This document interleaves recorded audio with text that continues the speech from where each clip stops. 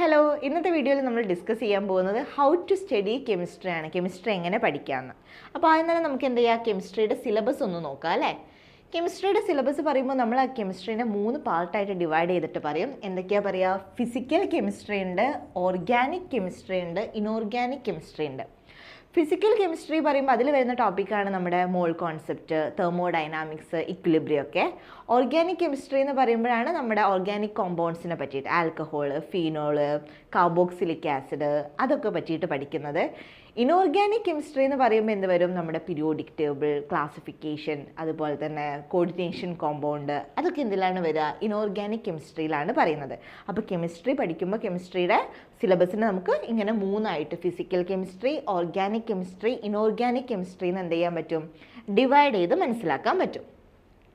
ഇനി ഫസ്റ്റിലെ physical chemistry എന്ന് പറയുമ്പോൾ അതിൽ നമുക്ക് ആദ്യം എന്ത് വേണം? കോൺസെപ്റ്റിനെ പറ്റിയിട്ട് ഒരു സ്ട്രോങ് അണ്ടർസ്റ്റാൻഡിങ് ഉണ്ടായിരിക്കണം.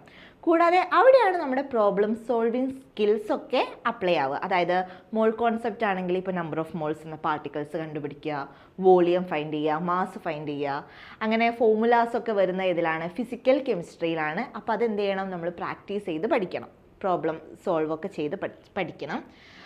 നെക്സ്റ്റ് വരുന്നത് എന്താണ്? Organic chemistry. ഓർഗാനിക് കെമിസ്ട്രി എന്ന് പറയുമ്പോൾ നമുക്കറിയാം എന്താ ഉള്ളത്? റിയാക്ഷൻസ് ആണ് ഉണ്ടാവുക അല്ലേ.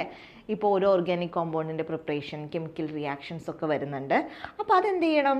ഓരോ റിയാക്ഷൻസും നമ്മൾ എന്ത് എഴുതണം? എഴുതി പ്രാക്ടീസ് ചെയ്യണം. റിയാക്ഷൻ മെക്കാനിസമാണ് അതിൽ കൂടുതൽ ഉണ്ടാവുക. അപ്പോൾ എന്ത് ചെയ്യണം? റിയാക്ഷൻസ് എഴുതി തന്നെ പഠിക്കണം. ഒരുപാട് നെയിംഡ് റിയാക്ഷൻസ് ഉണ്ടാവും. നെയിംഡ് റിയാക്ഷൻസ് ഒക്കെ എന്താണ്?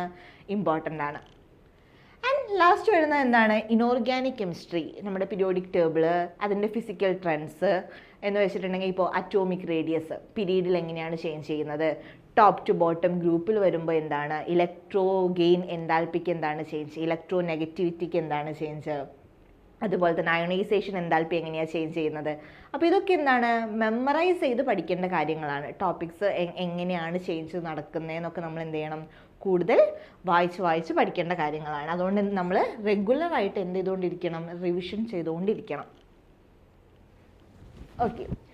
ഇനി കെമിസ്ട്രി പഠിക്കുമ്പോൾ ഡെയിലി സ്റ്റഡിക്ക് വേണ്ടിയിട്ട് നമ്മൾ എന്ത് ചെയ്യുക? ഒരു 2 to 3 hours സ്പെൻഡ് ചെയ്യുക. നമ്മുടെ ഫിസിക്കൽ കെമിസ്ട്രിയിൽ പ്രോബ്ലം സോൾവ് ചെയ്യാൻ വേണ്ടിയിട്ട്, അല്ലെങ്കിൽ ഓർഗാനിക് കെമിസ്ട്രിയിലെ റിയാക്ഷൻസ് എഴുതി പഠിക്കാൻ, അതുപോലെ തന്നെ ഇനോർഗാനിക് കെമിസ്ട്രി ആണെങ്കിൽ വായിച്ച് റിവൈസ് ചെയ്തുകൊണ്ടിരിക്കാനൊക്കെ ആയിട്ട് നമ്മൾ കെമിസ്ട്രിക്ക് ഡെയിലി ഒരു 2 to 3 hours ടൈം എന്ത് ചെയ്യുക? സ്പെൻഡ് ചെയ്തുകൊണ്ടിരിക്കുക. അത് കഴിഞ്ഞിട്ട് പിന്നെ ഒരു ഇമ്പോർട്ടൻ്റ് ആയിട്ടുള്ള ഫാക്ടറാണ് റിവിഷൻ. നമ്മൾ റെഗുലറായിട്ട് എന്ത് ചെയ്തുകൊണ്ടിരിക്കണം? റിവൈസ് ചെയ്തുകൊണ്ടിരിക്കണം. നമുക്കറിയാം ഇനോർഗാനിക് കെമിസ്ട്രി ഒക്കെ നമുക്ക് എന്താണ്? മെമ്മറി ബേസ്ഡ് ആണ് അല്ലേ. അപ്പോൾ റെഗുലറായിട്ട് എന്ത് ചെയ്തുകൊണ്ടിരിക്കണം? റിവൈസ് ചെയ്തുകൊണ്ടിരിക്കണം. പിന്നെ ഒരു കാര്യം ശ്രദ്ധിക്കേണ്ടത് പ്രാക്ടീസ് പ്രോബ്ലം. നമ്മുടെ ഫിസിക്കൽ കെമിസ്ട്രിയിൽ എന്താണ്? ഒരുപാട് ഇക്വേഷൻസ് വരുന്നുണ്ട്, ഫോർമുലാസ് വരുന്നുണ്ട്. ഇതൊക്കെ എന്ത് ചെയ്തുകൊണ്ടിരിക്കുക? റെഗുലറായിട്ട് പ്രാക്ടീസ് ചെയ്തുകൊണ്ടിരിക്കുക. നമ്മൾ ഓരോ ടോപ്പിക്ക് പഠിച്ചു കഴിഞ്ഞിട്ടുണ്ടെങ്കിലും അതിൻ്റെ പ്രീവിയസ് ഇയർ ക്വസ്റ്റ്യൻ, MCQs ഒക്കെ എന്ത് ചെയ്യുക? ട്രൈ ചെയ്തുകൊണ്ടിരിക്കുക. ക്വസ്റ്റ്യൻസ് കൂടുതൽ ചെയ്തുകൊണ്ടിരിക്കുക. പിന്നെ ഒന്ന് പറയാനുള്ളത്, നോട്ട്സ് പ്രിപ്പയർ ചെയ്യാം.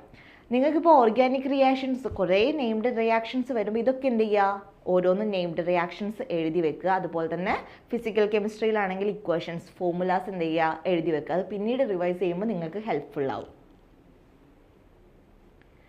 ആൻഡ് വേറൊരു കാര്യം ശ്രദ്ധിക്കേണ്ടത്, നമുക്ക് ഓരോ ചാപ്റ്ററിനും എന്ത് വരുന്നുണ്ട്? വെയിറ്റേജ് വരുന്നുണ്ട് അല്ലേ. അപ്പോൾ കൂടുതൽ വെയിറ്റേജ് ഉള്ള ചാപ്റ്റർ, ആ ചാപ്റ്ററിലെ മോസ്റ്റ് ഇമ്പോർട്ടൻ്റ് ആയിട്ടുള്ള ടോപ്പിക്സ്, അതിനൊക്കെ പ്രയോറിറ്റി കൊടുത്തിട്ട്, കൂടുതൽ വെയിറ്റേജിനനുസരിച്ച് പ്രയോറിറ്റി കൊടുത്തിട്ട് പഠിക്കാൻ ശ്രദ്ധിക്കാം.